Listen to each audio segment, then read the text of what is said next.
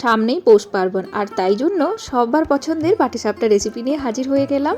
তো আজকের এই রেসিপিটার জন্য কোনো রকম চাল বাটাবাটি বা চাল গুঁড়োর ঝামেলা একদমই রাখছি না। খুব সহজেই এই রেসিপিটা বানিয়ে নেব, আর খেতে তো দুর্দান্ত লাগেই। তাছাড়া এই পিঠা তুমি দুদিন অবধি রেখেও খেতে পারো, একটুও শক্ত হবে না। তাহলে চলো রান্নাটা দেখে নেওয়া যাক।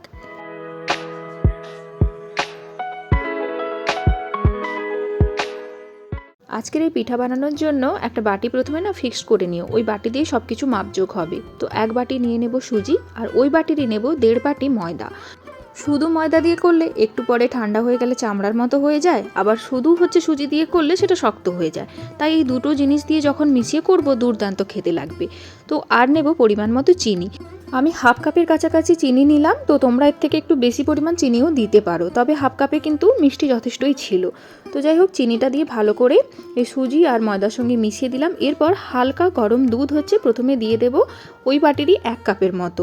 আর তারপর কি করব, এটাকে ভালো করে মিশিয়ে নেব। এখনও কিন্তু দুধের প্রয়োজন আছে, দুধটা কিন্তু অবশ্যই হাত ছোঁয়া গরম হতে হবে, ঠান্ডা দুধ দিলে কিন্তু হবে না। তো এরপর কি করব, ভালো করে মিশিয়ে আর এক বাটি দুধ তোমার একটু একটু করে মেশাতে থাকবো। মানে একসঙ্গে দিলে পাতলা হয়ে যাওয়ার একটা চান্স থাকে, তাই একটু একটু করে দিয়ে এটাকে ভালো করে মেশাতে থাকবো। মোটামুটি 2 বাটি দুধ আরামসে লেগে গেছে। তবে ওটা একটু দেখে শুনে করো, কারণ সুজিটা যদি মোটা দানার হয় তাহলে কিন্তু বেশি দুধ লাগতে পারে। তো খুব ভালো করে এখন আমি মিশিয়ে নেব। আর এই ময়দা বা সুজির পাটিসাপটা বানাতে গেলে তোমাকে ব্যাটারটা খুব ভালো করে কিন্তু ফেটাতে হবে। তো বুঝতেই পারছো কি সুন্দর করে ফেটিয়ে নিয়েছি। এখন কি করব, এটাকে ঢাকা দিয়ে মিনিমাম 20 থেকে 30 মিনিট তোমাদেরকে রেখে দিতে হবে। তো যতক্ষণ এটা সেট হচ্ছে ততক্ষণ চলো পুরটা বানিয়ে ফেলি। আমি নারকেলেরই পুর বানাবো, ওটা দিয়েই আমার পাটিসাপটা খেতে ভালো লাগে। তো এখানে আমি কড়াইয়ের মধ্যে সামান্য দুধ নিয়েছি। দুধটা গরম হয়ে গেলে এর মধ্যে দিয়ে দেব গুড়। তো গুড়টা ভালো করে মিশিয়ে নেব। যখন গুড়টা দুধের সঙ্গে খুব ভালো করে মিশে যাবে, তখন আমি কি করব, কোরানো নারকেল এর মধ্যে দিয়ে দেব। আমি এখানে ফ্রোজেন নারকেল ব্যবহার করেছি, তোমরা ফ্রেশ নারকেল পেলে অবশ্যই সেটা ব্যবহার করো। একটা বড় বাটির 1 বাটির কাছাকাছি আমি নারকেল কোরানো নিয়েছি। এই নারকেল কোরানোটাকে দুধ আর গুড়ের মিশ্রণের সঙ্গে ভালো করে মিশিয়ে নেব। গুড় না দিয়ে তোমরা চিনি দিয়েও করতে পারো, তবে গুড় দিয়ে এই সিজনে গুড় দিয়ে না করলে কি আর করলাম, তাই না? তো খুব ভালো করে পুরটাকে কি করব, আমি এখন এই তোমার নারকেলটাকে দুধ আর গুড়ের মিশ্রণের সঙ্গে মিশিয়ে নেব।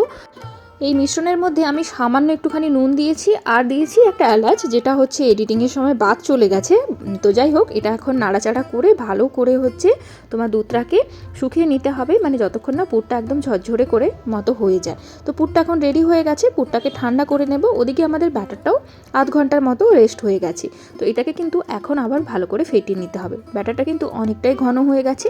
এখন এর মধ্যে আবারও তোমার 1 কাপের কাছাকাছি দুধ নেব এবং একটু একটু করে মেশাতে থাকবো, আর এটাকে ফেটাতে থাকবো।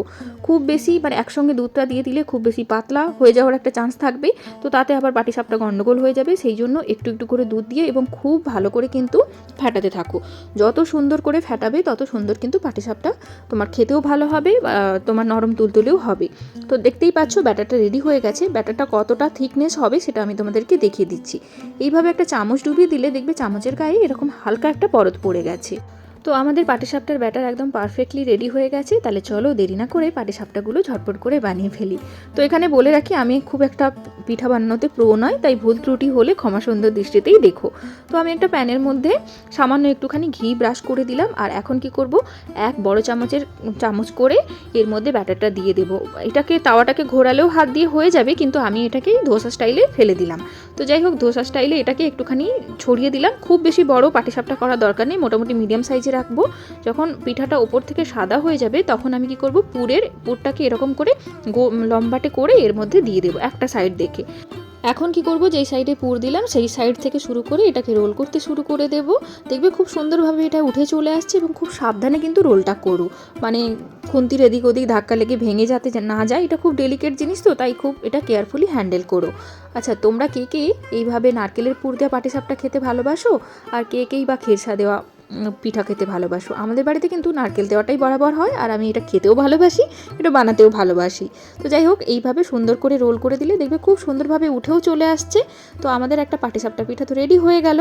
তো এইভাবে আমি কি করব, বাকি পিঠাগুলোকে তৈরি করে নেব। তো আবার কি করব, ওর মধ্যে একটা করে হচ্ছে তোমার এক ল্যাডেল হচ্ছে ব্যাটার নিয়ে ওটাকে ছড়িয়ে দেব, দিয়ে আবার একইভাবে নারকেলের পুরটা দিয়ে একইভাবে রোল করে দেব। তো এইভাবে হচ্ছে পিঠাগুলোকে আমি পরপর করে বানিয়ে নিলাম। পিঠাগুলো আমার মতো নশিখিয়াও কিন্তু বেশ সুন্দর বানিয়ে ফেলেছে। তো দেখতে শুনতে কতটা ঠিক হয়েছে কিনা জানি না, তবে খেতে দুর্দান্ত হয়েছে। তোমরা কিন্তু এইভাবে বানাতে পারো, দেখবে খুব সুন্দর লাগবে পিঠাগুলো। তো এই ছিল আমার একটা ছোট্ট পিঠা বানানোর চেষ্টা। কেমন লাগলো জানিও তোমরা। নতুন ভিডিও নিয়ে খুব তাড়াতাড়ি দেখা হয়ে যাবে। সবাই খুব ভালো থেকো, টাটা।